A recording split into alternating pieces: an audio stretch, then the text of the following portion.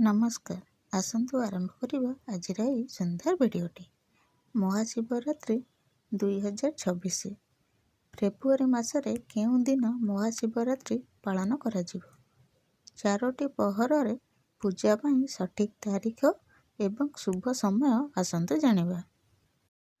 ଫାଲ୍ଗୁନ ମାସର କୃଷ୍ଣ ଚତୁର୍ଦ୍ଦଶୀରେ ମହାଶିବରାତ୍ରି ପାଳନ କରାଯାଏ। ଏହି ଦିନ ଉପବାସ, ଶିବଲିଙ୍ଗର ଜଳାଭିଷେକ ଏବଂ ରୁଦ୍ରାଭିଷେକ କରିବା ଦ୍ୱାରା ସୁଖ, ସମୃଦ୍ଧି ଏବଂ ଗ୍ରହଜନିତ ଦୋଷରୁ ମୁକ୍ତି ମିଳିଥାଏ। ମହାଶିବରାତ୍ରିର ସଠିକ୍ ତାରିଖ, ଶୁଭ ସମୟ ଏବଂ ମହତ୍ତ୍ୱ ଜାଣିବା ଏହି ଭିଡ଼ିଓ ମାଧ୍ୟମରେ। ମହାଶିବରାତ୍ରି କେଉଁ ଦିନ? 2026 ମସିହାରେ ପବିତ୍ର ମହାଶିବରାତ୍ରି ଫେବୃଆରୀ ମାସରେ ପାଳିତ ହେବ। କ୍ୟାଲେଣ୍ଡର ଅନୁସାରେ ଫାଲ୍ଗୁନ ମାସର କୃଷ୍ଣ ପକ୍ଷର ଚତୁର୍ଦ୍ଦଶୀ ତିଥି 15 ଫେବୃଆରୀ 2026 ସନ୍ଧ୍ୟା 5:04ରେ ଆରମ୍ଭ ହେବ ଏବଂ 16 ଫେବୃଆରୀ 2026 ସନ୍ଧ୍ୟା 5:34ରେ ଶେଷ ହେବ। ଚତୁର୍ଦ୍ଦଶୀ ତିଥି ରବିବାର ଦିନ ଆରମ୍ଭ ହେଉଥିବାରୁ ମହାଶିବରାତ୍ରି 15 ଫେବୃଆରୀ 2026 ରବିବାର ଦିନ ପାଳିତ ହେବ। ଧାର୍ମିକ ବିଶ୍ୱାସ ଅନୁସାରେ ନିଶିତା କାଳରେ ମହାଶିବରାତ୍ରି ପୂଜା କରିବା ସବୁଠାରୁ ଫଳପ୍ରଦ ବୋଲି ବିବେଚନା କରାଯାଏ। କାରଣ ଏହା ଭଗବାନ ଶିବଙ୍କ ବିଶେଷ ପୂଜା ପାଇଁ ସର୍ବୋତ୍ତମ ସମୟ।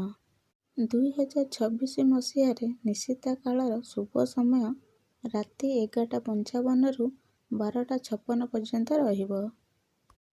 ଏହି ସମୟରେ ଜଳାଭିଷେକ, ରୁଦ୍ରାଭିଷେକ ଏବଂ ଶିବଲିଙ୍ଗର ରୀତିମତ ପୂଜା କରିବା ଦ୍ୱାରା ବିଶେଷ ପୁଣ୍ୟ ମିଳିଥାଏ।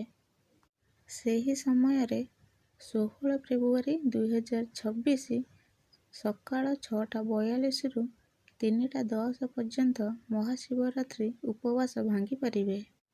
ତେଣୁ ଭକ୍ତମାନଙ୍କ ପାଇଁ 15 ଫେବୃଆରୀ ମହାଶିବରାତ୍ରି ପୂଜା ଏବଂ ଉପବାସ ପାଇଁ ବହୁତ ଶୁଭ ହେବ।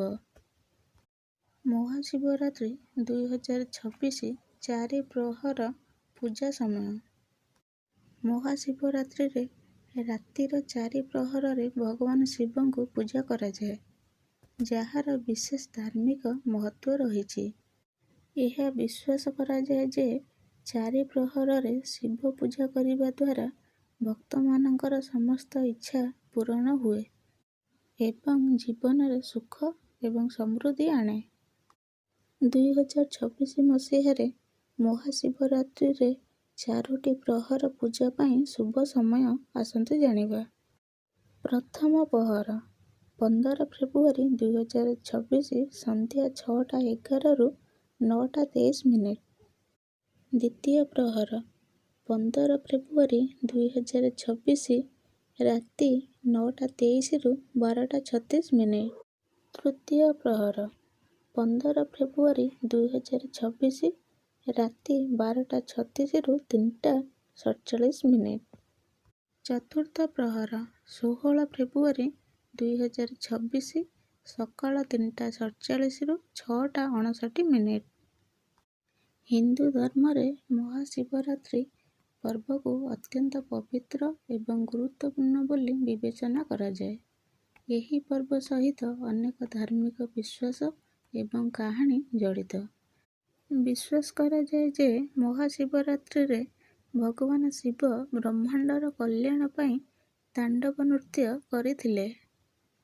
ଅନ୍ୟ ଏକ ବିଶ୍ୱାସ ଅନୁସାରେ ଏହି ପବିତ୍ର ଦିନରେ ଭଗବାନ ଶିବ ଏବଂ ଦେବୀ ପାର୍ବତୀଙ୍କ ବିବାହ ହୋଇଥିଲା। ତେଣୁ ମହାଶିବରାତ୍ରି ପର୍ବକୁ ଶିବ ଏବଂ ଶକ୍ତିର ପବିତ୍ର ମିଳନର ପ୍ରତୀକ ଭାବରେ ବିବେଚନା କରାଯାଏ ଏବଂ ଏହି ଦିନରେ ଭଗବାନ ଶିବଙ୍କ ସହିତ ଦେବୀ ପାର୍ବତୀଙ୍କ ବିଶେଷ ପୂଜା କରାଯାଏ। ଧାର୍ମିକ ବିଶ୍ୱାସ ଅନୁସାରେ ମହାଶିବରାତ୍ରିରେ ଉପବାସ ରଖିବା, ରୀତିମତ ଶିବ ପୂଜା ଏବଂ ରୁଦ୍ରାଭିଷେକ କରିବା ସହିତ ବ୍ୟକ୍ତିର ଜୀବନରେ ସକାରାତ୍ମକ ଶକ୍ତି ଆସେ। ଏହି ଉପବାସ ବ୍ୟକ୍ତିର ଇଚ୍ଛା ପୂରଣ କରେ ଏବଂ ବୈବାହିକ ଏବଂ ପାରିବାରିକ ଜୀବନରେ ସୁଖ ଏବଂ ଶାନ୍ତି ଆଣିଥାଏ। ଏହା ମାନସିକ ଚାପ, ରୋଗ, କଷ୍ଟ ଏବଂ ନକାରାତ୍ମକ ଶକ୍ତିରୁ ମୁକ୍ତି ପ୍ରଦାନ କରେ ବୋଲି ମଧ୍ୟ ବିଶ୍ୱାସ କରାଯାଏ। କୁହାଯାଏ ଯେ ମହାଶିବରାତ୍ରିର ପୂଜା ସଚ୍ଚା ହୃଦୟରେ କଲେ ଭଗବାନ ଶିବ ଶୀଘ୍ର ପ୍ରସନ୍ନ ହୁଅନ୍ତି ଏବଂ ଭକ୍ତଙ୍କ ଜୀବନରୁ ସମସ୍ତ ପ୍ରକାରର ଦୁଃଖ ନଷ୍ଟ କରି ସେମାନଙ୍କୁ ସୁଖ ଏବଂ ସମୃଦ୍ଧିର ଆଶୀର୍ବାଦ ଦିଅନ୍ତି। ଏଠାରେ ଦିଆଯାଇଥିବା ସୂଚନା ସାଧାରଣ ବିଶ୍ୱାସ, ଜ୍ୟୋତିଷ ଏବଂ ଧାର୍ମିକ ଗ୍ରନ୍ଥ ଇତ୍ୟାଦି ଉପରେ ଆଧାରିତ। ଏଠାରେ ଦିଆଯାଇଥିବା ସୂଚନା ଏବଂ ତଥ୍ୟର ସଠିକତା ଏବଂ ସମ୍ପୂର୍ଣ୍ଣତା ପାଇଁ ଆମ ଚ୍ୟାନେଲ ଦାୟୀ ନୁହେଁ। ଆକ୍ଟିଭ ସାଇ ଚ୍ୟାନେଲ ତରଫରୁ ଆପଣ ସମସ୍ତଙ୍କୁ ପବିତ୍ର ଏବଂ ଆଧ୍ୟାତ୍ମିକ ମହାଶିବରାତ୍ରିର ଶୁଭକାମନା। ଆଜି ପାଇଁ ଭିଡ଼ିଓଟି ଏତିକି। ପୁଣି ଦେଖା ହେବ ଆଉ ଏକ ସୁନ୍ଦର ଭିଡ଼ିଓରେ। ଥ୍ୟାଙ୍କ୍ସ ଫର ୱାଚିଂ।